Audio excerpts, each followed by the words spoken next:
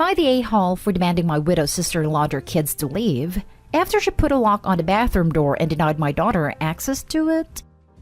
I'm a father of a 16-year-old daughter. I own a one-bathroom middle-sized house where me, my wife, her widow's sister, and her two kids, 13 and 16, live.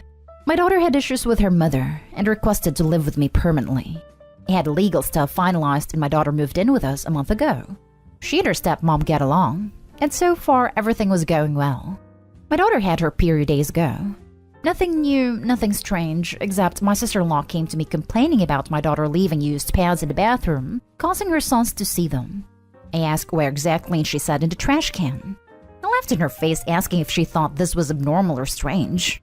She got upset that I didn't understand her point and wanted me to listen carefully as she explained that her boys are pretty young and shouldn't be subjected to witness stuff like that.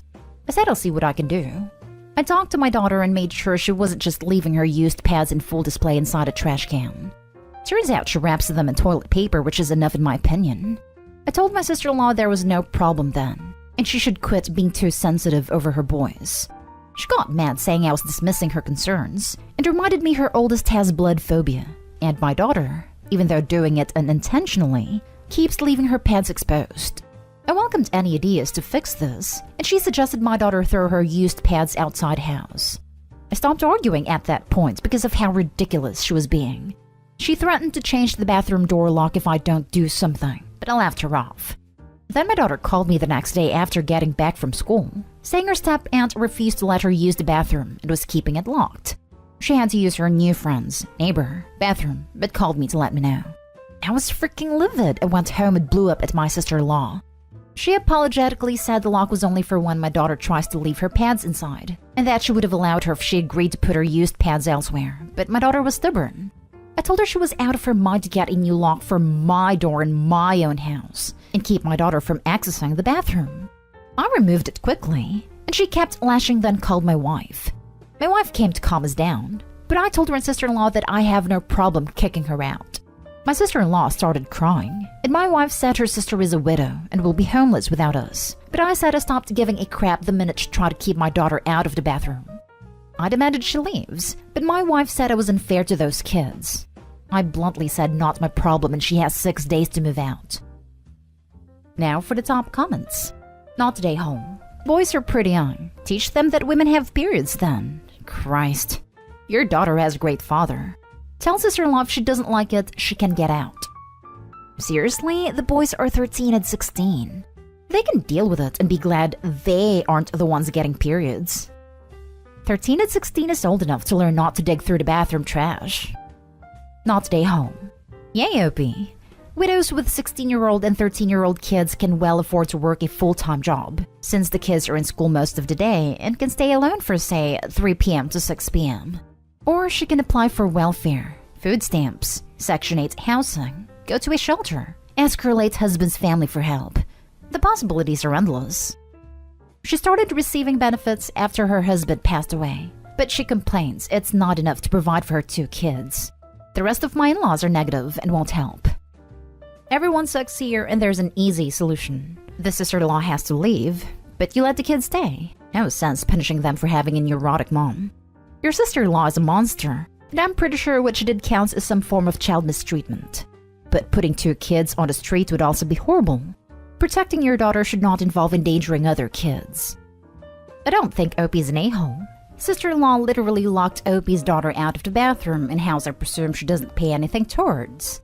Besides, what are the odds sister-in-law would actually let them stay? Depending on where you live, only one is considered old enough to decide where they live. It sucks for sister-in-law's kids, but Opie should put his daughter first. Next story. Am I the a-hole for not wanting to share my stuff from my dad's at my mom's house? My parents are divorced and I split my time equally between parents. Until 2 years ago when I decided to just spend the time at my dad's and be less at my mom's.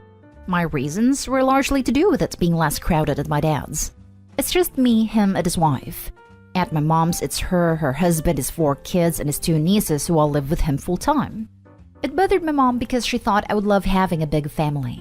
But no offense to her, it never felt like a real family.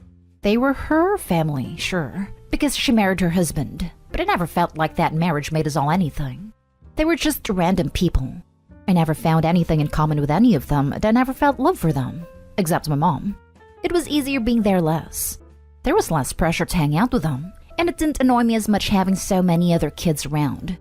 The problem is because they have so many kids at their house and they don't have that much money. Things are tight. My dad got me a new console a couple of months ago for my 16th birthday, and my mom knows about it. She asked me to bring it over some of the weekends, so we could all play and they could experience some of the stuff they miss out on. But I told her I wasn't going to do that. It's been a fight between us since that, because she's disappointed I don't want to share more of the privileges I get with my siblings. She doesn't know I don't think of them as my siblings. She thinks I see them as typical annoying younger siblings, but I really just don't think about them all that much. I just don't want to bring stuff to that house for my dad's. I have my stuff there and my stuff at her place, though not really anymore. The other night, my mom sent me a text that she's disappointed I don't want to do more to have fun with the others. Am I the a-hole? Not the a-hole. Sounds like you were an incredibly mature and insightful 16-year-old. Unfortunately, I can see the console thing going from bring it over every now and then to leave it here for a week to it getting broken. Not because those kids are bad, just 6 kids sharing a console sounds dire. You might discuss it with your dad. See if he can help you out. He may be willing to play the bad guy and say it stays at his house. I don't know your parents' relationship. Keep enjoying your space. Tell your stepmom you appreciate her. Huh. I did that for my son. Wasn't really concerned with how my ex thought of me, so I told her that my rule is that console stayed at my house. No ifs, ands, or buts about it. Good chance Opie's dad will do that same. Not today home. If, and this is an if, you want to spend time with the other kids, you can suggest activities that everyone can afford to. Go to the park, play board games, etc. But do not bring things like a game console, because you know you'll be asked to leave it behind. Not today home. Your mom chose this family, while it was forced on you. She get a new love in her life, you get 4 random strangers wanting to borrow your stuff. I get that this must be hard. Good on you for not openly being hostile towards your new siblings. Not today hall for not wanting to share your belongings. You clearly are making efforts, but there are limits to what should be expected of you. If they break it, will they replace it? Of course not. Money's tight. Keep it at your dad's. Safer this way. It's 100% yours anyway. Not today home. Your dad bought it, so it should be at your dad's. It's your call to want to take it over to your mom's. Just a reminder that those kids didn't have a say in the matter of having a new sibling, too. And I get that, which is why I'm not going around blasting it. I keep it to myself. Next story is titled, Am I the a-hole for asking a man to drop charges against my son? My 42 female son is 16 years old, and about a year ago, he started hanging out with an unhealthy crowd. I have been giving him detentions of all kinds, but it only made him rebel against me. So I stopped and let him figure it out for himself. A few weeks ago, the worst happened. I got a call from the police station that my son had participated in an attempted theft. As soon as I got the call, I told my husband, and we went to the police station. They told us that my son and his friends tried to steal stuff from some man's car, and when the man came and saw them, he had a heart attack due to previous problems. His friends all ran away, but he stayed with the man, called the ambulance, and helped him take his chest pain medicine. Luckily, he's okay now. When we got home, my husband was furious, but he kept yelling at him. But I tried to stay rational and ask my son to tell me everything. Then he broke down crying and told me how I was right about his friends and how horrible they are. He then said that his friends came to the idea to steal a wallet and a mobile phone they saw in the passenger seat in a car. He told them that it was a dumb idea and that they should drop it, but they didn't listen. He then didn't help them, but didn't stop them either. He saw the man coming but didn't tell them because he hoped for him to catch them in the act. But when the man came, he got so shocked that he started holding his chest and he fell on his knees. His friends then ran away, but he helped him. Now, the man has returned from the hospital. Also, he will be pressing charges against all the boys, including my son. Don't get me wrong. I know that my son did a bad thing, but I think it's a little unfair to treat him the same as the other boys who ran away. So I visited the man, and after a while of chatting, I asked him if he could drop the charges against my son because, after all, he was the one who helped him. The man then got furious and told me that I'm a bad mother and a horrible person for even asking such a thing of him. After I got home, I told my husband about what happened, and he was also mad at me. He said that our son has to face the consequences of his actions, but I disagree because a criminal record of this nature will ruin his life. So am I the a-hole? Now for the top comments. You're the a-hole. Not only did your son participate in a crime, you only have his side of the story. This man is at the hospital because of your son and friends, likely costing him lots of money. And you showed up to get your son off because he didn't let the guy die after participating in a crime? You're the a-hole. Crimes have punishments. What does it show your son if he gets off? That it's okay to do crimes as long as you make sure the other people do worse? He's a minor, and his record should be sealed when he turns 18. Making him deal with this now will prevent it happening again when the record can't be sealed. Also, if the son was so against it, why didn't he leave? He just stood around and watched while his friends broke into a car? You wanted your child to figure it out on his own, and now he's learning the lesson you didn't teach him. Congratulations. Yeah, this guy has it right. You should have kept trying to discipline him in my view. Keep going until you find something that works. But you didn't, which I can understand. Raising kids is hard. You made a choice of letting him figuring things out, and you should stick to it. It hurts, and it sucks, but you made your choice, and he made his. You're the a-hole, but I get it. No a-holes here. Well, I'm going against the grain. Given that your son called for an ambulance and stayed, and without the staying likely none of the kids / potential young adults would have been caught, I don't think that you're the a-hole for asking. Given the man's brush with the death experience, I understand his anger at your asking. The only reason the son stayed is to not live with the guilt of killing a man for his stupidity. Now for the last story. Am I the a-hole for not apologizing to my brother / sister-in-law for saying they starved their baby? Plus little update. My brother and his wife had their first baby 7 months ago. My mother, who lives with me, recently started watching the baby instead of placing in daycare. So the baby is at my house all week. It's been a month, and my mom says that the baby barely sleeps. Will cry and show signs of tiredness, but only naps for half an hour at the most. My brother and sister-in-law have also told us that the baby still wakes up almost every 1 to 2 hours throughout the night, like a newborn, and it's extremely exhausting. They've tried plenty of different things, but nothing has improved much. The baby only drinks breast milk. While I know every baby's different, and what works for some might not on others, I still can't help but think they aren't feeding the baby enough. As a mother of 3 myself, all my kids started differently. One ate baby cereals at 4 months, another didn't take solids until 6 months. But I think I have a good sense of when a baby is ready to start taking in more. After finding out that they only feed a baby 4 ounces at a time, I suggested talking to a pediatrician about starting baby in solids. They said a doctor already gave them the go-ahead, but my brother and sister-in-law didn't think the baby was ready yet. So I said I think upping his ounces in milk would probably help baby sleep better. Fuller is equal to longer stretches. They brushed me off. Then last Friday, my mom was watching the baby and decided on her own to give the baby smashed up banana, which the baby absolutely loved. My sister-in-law was pissed, and obviously I can see why. It wasn't my mother's call to make for numerous reasons. But my mom wouldn't back down, saying they were starving their grandchild. So they called me and basically demanded I get in the middle and make my mom apologize to them or she wouldn't see the baby anymore. I told them I think she should apologize for not getting their permission, but that I don't think my mother is wrong for her reasoning. That they aren't feeding their child enough. It may be because they're new parents, they ought to hear other parents out. They called me some choice words and said they don't feel comfortable leaving their child at my house anymore until we apologize.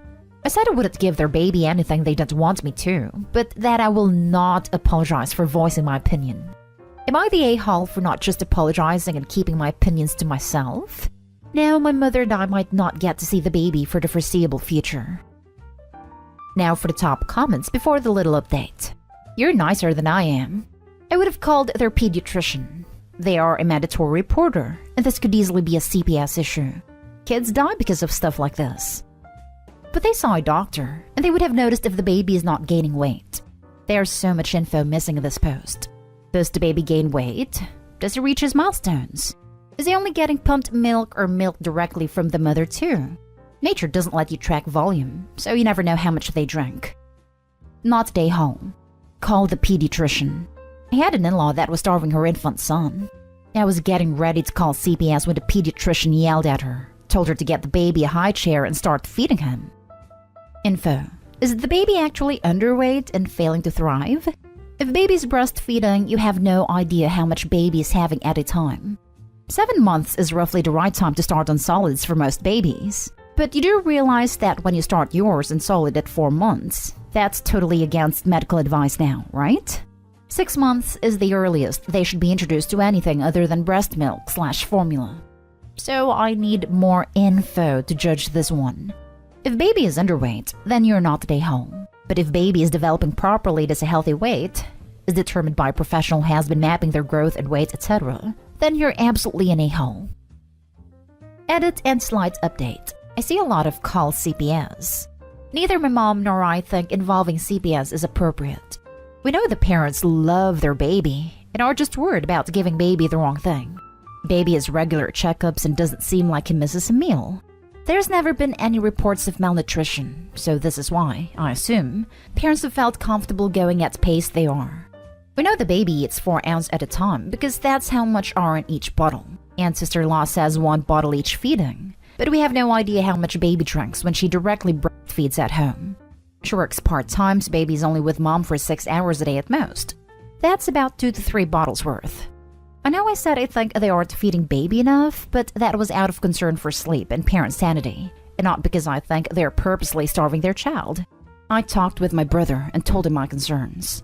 He said we'll start baby on solids slowly, their own blends of mixed veggies. But fruits are too sugary, and they don't want baby to get used to sweets first. Ultimately, I think they took what I said under consideration, and are still navigating new parenthood. However, they are still not talking to my mom, because they don't trust that she will consult with them first before giving their child foods they haven't tested themselves. Until she apologizes, I don't think mom will be babysitter anymore.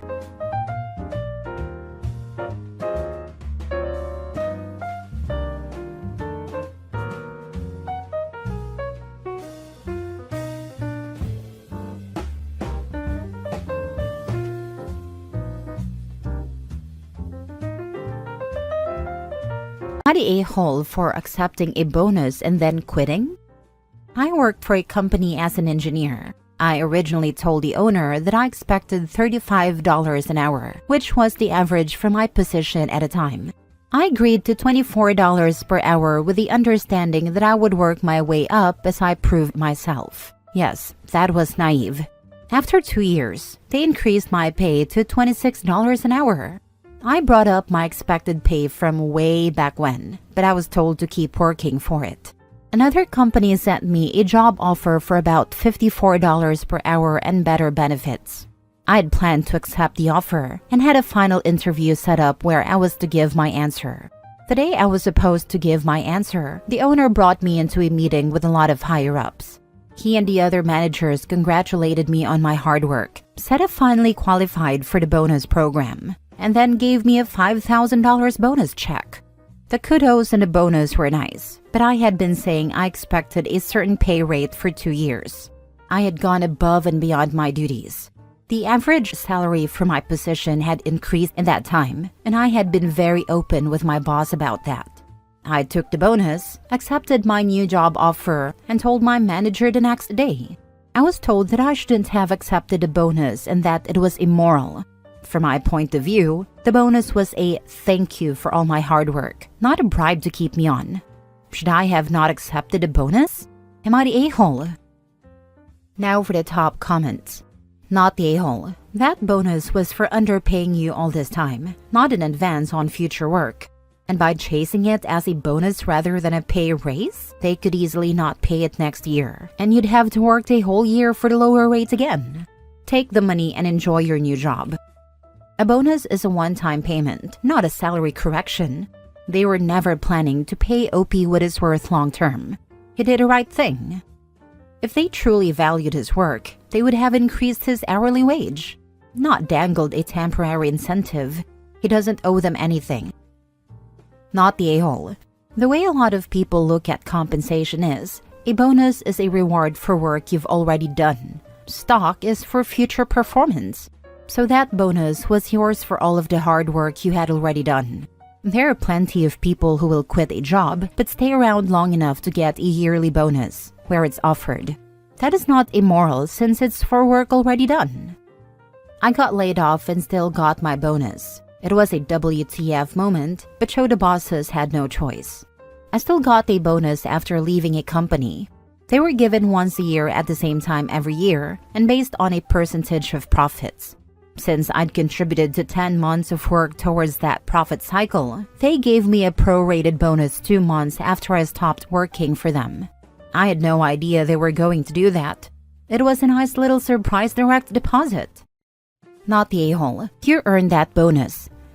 They said it themselves. You worked hard and you qualified for the bonus. You were transparent about expectations.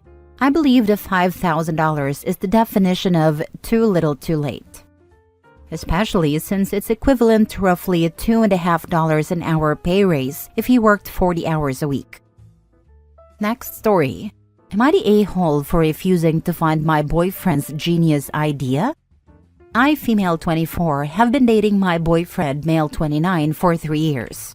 And while it's always been a bit wacky, I usually find it kind of endearing. This time, however, he's really outdone himself. A few weeks ago, he told me he had a groundbreaking idea that would change humanity forever. Entertaining him, I asked what it is. His answer? He wants to invent a new color. Before we go any further, it's important to note that we are both college graduates.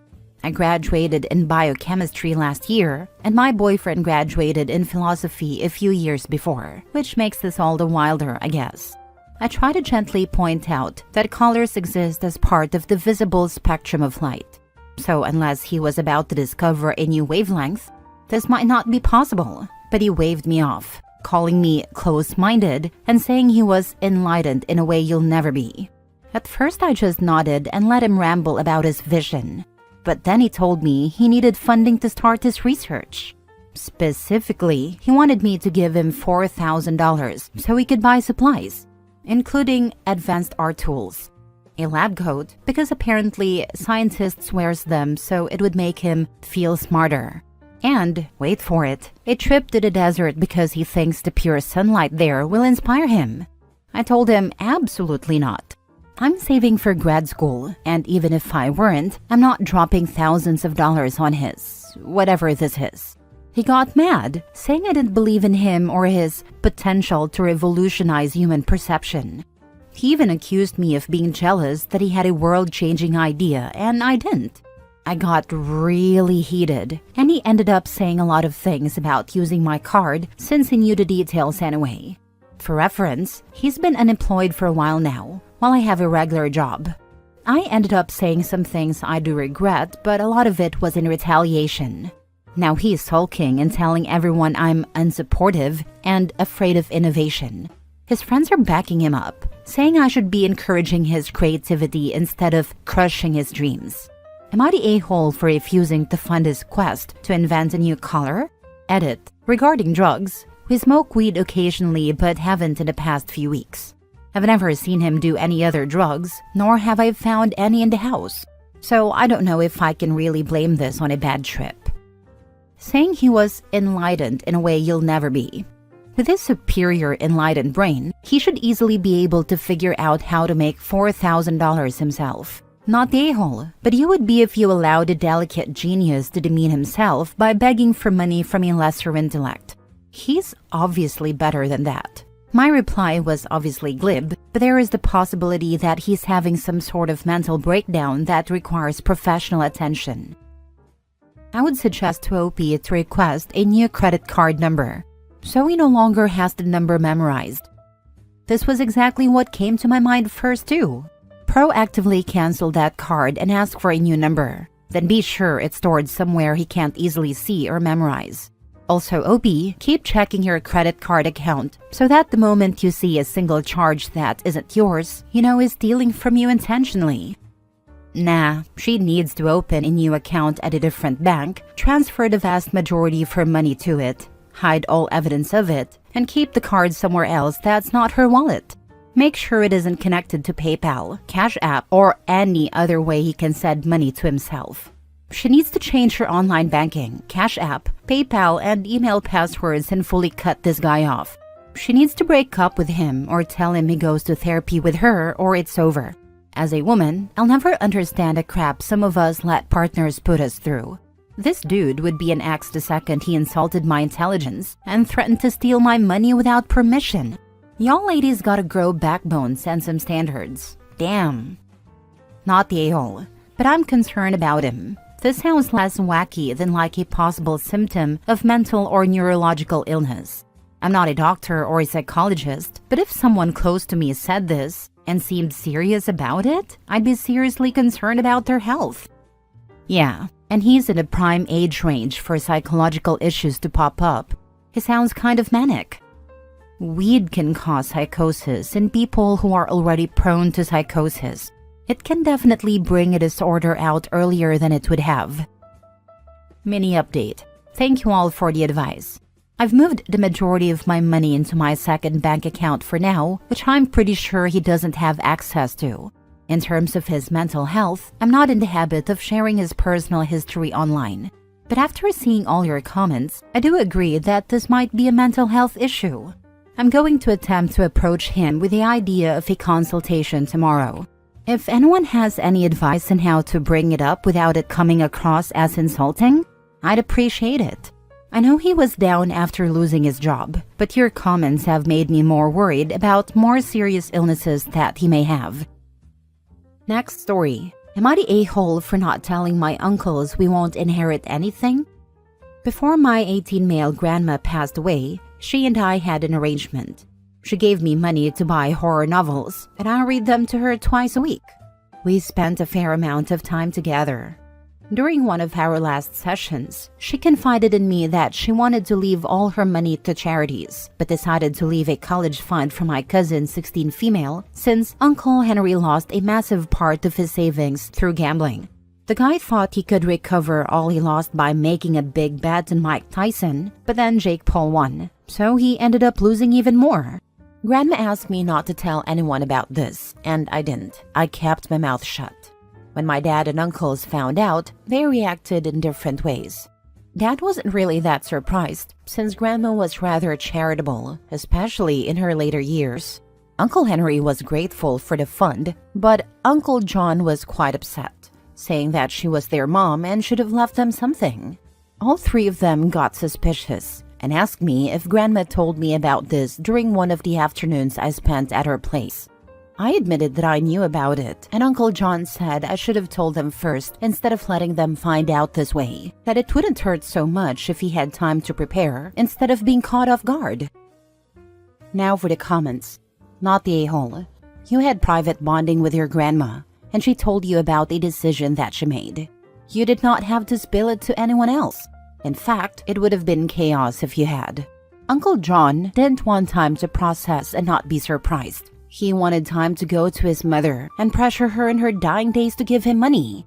I bet he wouldn't have even tried to get your dad or the other uncle a cut. He just wanted it for himself. He would have caused a huge family rift as your grandma was dying and taken away her peace. So, by not starting that off, you are definitely not the a-hole. Exactly. Uncle John wasn't looking for time to process. He wanted time to manipulate her. He respected your grandma's wishes and protected her peace in her final days. That's the right thing to do. And props to you and your dad for being the stable branch of the family. Leaving a college fund for one grandchild because her son had gambled his money away and telling another you don't seem to have at any point asked for or expected her money, and she was confident enough in your relationship to tell you without worrying. Not many 18-year-old guys are that good with grandma. And your dad wasn't surprised it went to charity and doesn't seem to have complained. I hope you all have many happy memories of grandma and that those horror novels sit nicely on a bookcase somewhere. Not the a-hole. Uncle John said I should have told them first instead of letting them find out this way, that it wouldn't hurt so much if he had time to prepare. Translation: I could have bullied her into changing her mind if you'd told me about it while she was alive. She knew what she was doing when she asked you not to say anything. Exactly this. The only preparing that should have ever crossed his mind is preparing to grieve his mother, not preparing how he was planning to spend her money when she died. Uncle John is letting his entitlement show, and gold isn't good on anyone. Not the a-hole. Your grandmother confided something in you, and you respected her wishes to keep it secret. Don't let Uncle John or anyone else make you feel bad.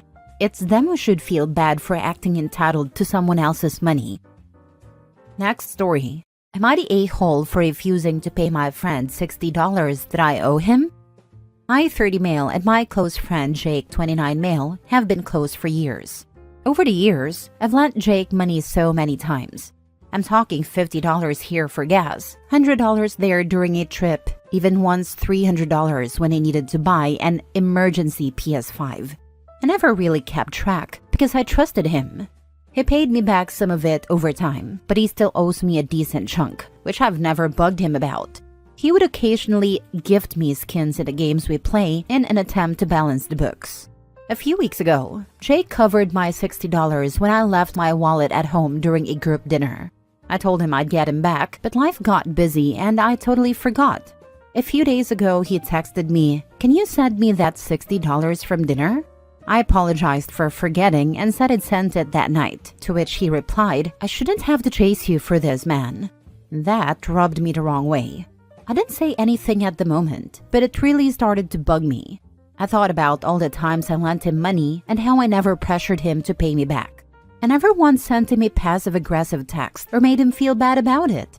So I didn't send him the money right away, and instead told him, "Look, I get that I owe you $60, and I'll pay you back, but let's not pretend this is some one-sided thing. You still owe me hundreds, and I've never hounded you about it." Jake didn't take that well. He said it's not the same thing, because I never asked for my money back. So it's on me if I didn't care enough to get it.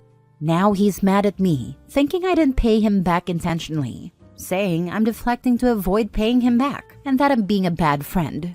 I feel like I'm in a weird spot here. Yeah, I owe him $60, and of course I'll pay it back. But on the other hand, his reaction feels so hypocritical, given everything I've done for him financially over the years. Am I the a-hole? Edit. I paid him back like I always intended to do. Jake is a hypocrite and also an unblushing user. Time to make him grow up, OP. Send a new text. "Hey, Jake, this whole thing is leaving a bad taste in my mouth. We both know that you owe me way more than $60. I haven't been hounding you for it, but that doesn't change the fact that you borrowed the money and said you'd pay it back. And you still owe me. It's been bugging me for quite a while. My best calculation of the total you owe me is $450. I talked to a couple of folks, and I'm going to take their advice here. I'm setting off my $60 debt against your $450. So now you owe me $390. And just so things don't get any weirder than they are right now, please understand that I can't lend you any more money until that $390 is paid off. Not the a-hole for putting an end to the bleed, OP. This, never lend him money again. Not the a-hole. So true, they clearly view each other differently. It's like in the movie Bronx Tale. Instead of hounding the guy for the money, just write it off and you never have to lend him money again. I for sure wouldn't. Not the a-hole. I would be furious at his dig. Even before the dig, I was on your side, but that pushed it way over the edge. Are you sure this is a friendship worth maintaining? We have been friends for over 10 years, moved to a different country for our higher education together, and are really close to each other's families. So I would like to think yes. Fair enough, but bear in mind this is not someone you should ever lend money to again. Last story. Am I the a-hole for taking my friend's sick dog to an expensive vet without her consent while she was away? I, 20 male, agreed to dog sit for my friend Alma, 22 female, while she was away for a week visiting her parents. On day 3, her dog, Cherry, started vomiting and refused to eat.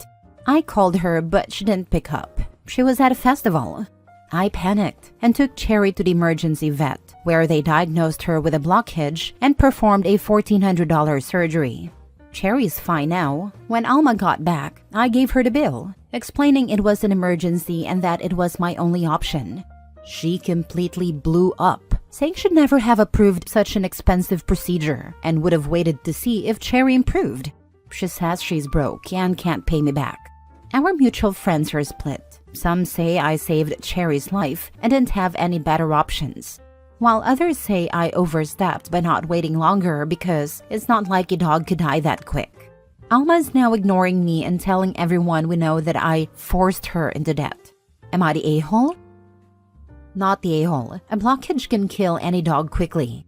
You literally saved her life by taking her. Well done for noticing she was really unwell. It can be tricky to spot. Edited to add, the vet wouldn't just go ahead with the surgery without exploring the option of making the dog sick first to see if whatever is causing the block could come out. This obviously wasn't a viable option. Some vets will get it wrong, of course. We are human. I'm right in this instance, and so was the treating vet. Second opinion wasn't an option for OP. It was crazy. I just grabbed her and went to the vet. Don't know much about dogs, but I knew something was definitely wrong. All vets are expensive, and in an emergency situation, they're very expensive. You did the right thing. Not the a-hole. She'd be crying about how you murdered her dog if you'd taken the only other humane route. You absolutely did the right thing. $1,400 isn't even particularly expensive for that kind of surgery. Yeah, I just couldn't sit back and do nothing. I'd hope someone would do the same for me.